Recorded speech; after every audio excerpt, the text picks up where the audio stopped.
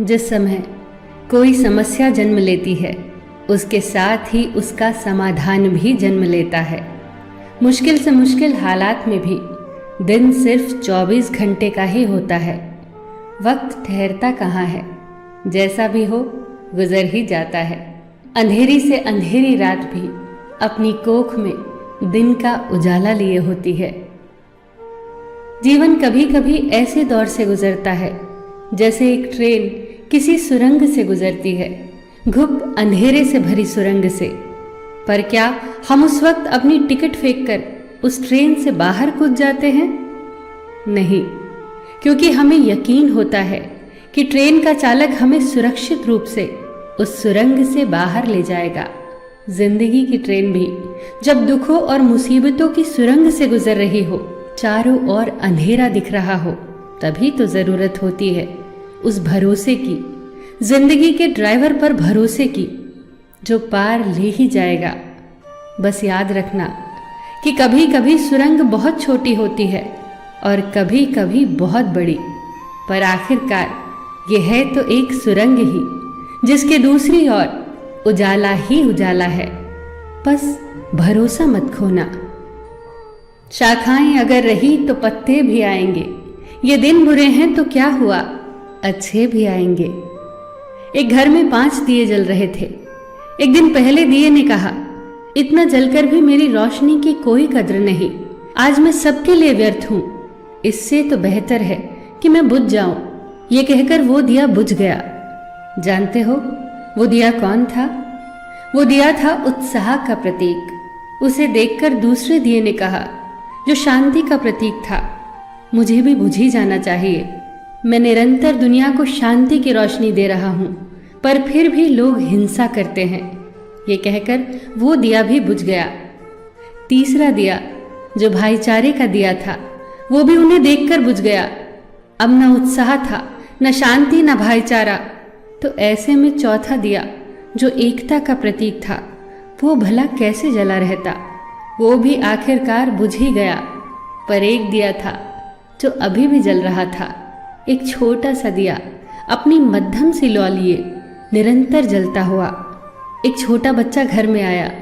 उसे 4 बुझे दियों को देखकर अफसोस नहीं हुआ, बल्कि 5वें जलते दिए को देखकर वो खुशी से झूम उठा और उस नन्हे से दिए से उसने वो 4 बुझे दिए फिर से रोशन कर दिए। जानते हो वो दिया कौन सा था? वो दिया था उम्मीद का दिया, आशा का दिया। उम्मीद वक्त का बहुत बड़ा सहारा है उम्मीद तो हर लहर किनारा है। मुश्किल वक्त में अगर किसी चीज की बहुत जरूरत है तो वो है उम्मीद की, आशा की, सहयोग की, एक दूसरे के साथ मिलकर खड़े होने के एहसास की। बात उन दिनों की है जब द्वितीय विश्व युद्ध चल रहा था। जर्मनी के बम वर्षकों का खौफ सब तरफ था। लंदन में दूध की एक लंबी लाइन लगी थी। दूध बांट रहे व्यक्ति ने कहा, केवल एक ही बोतल बाकी है, बचे हुए लोग कल आए।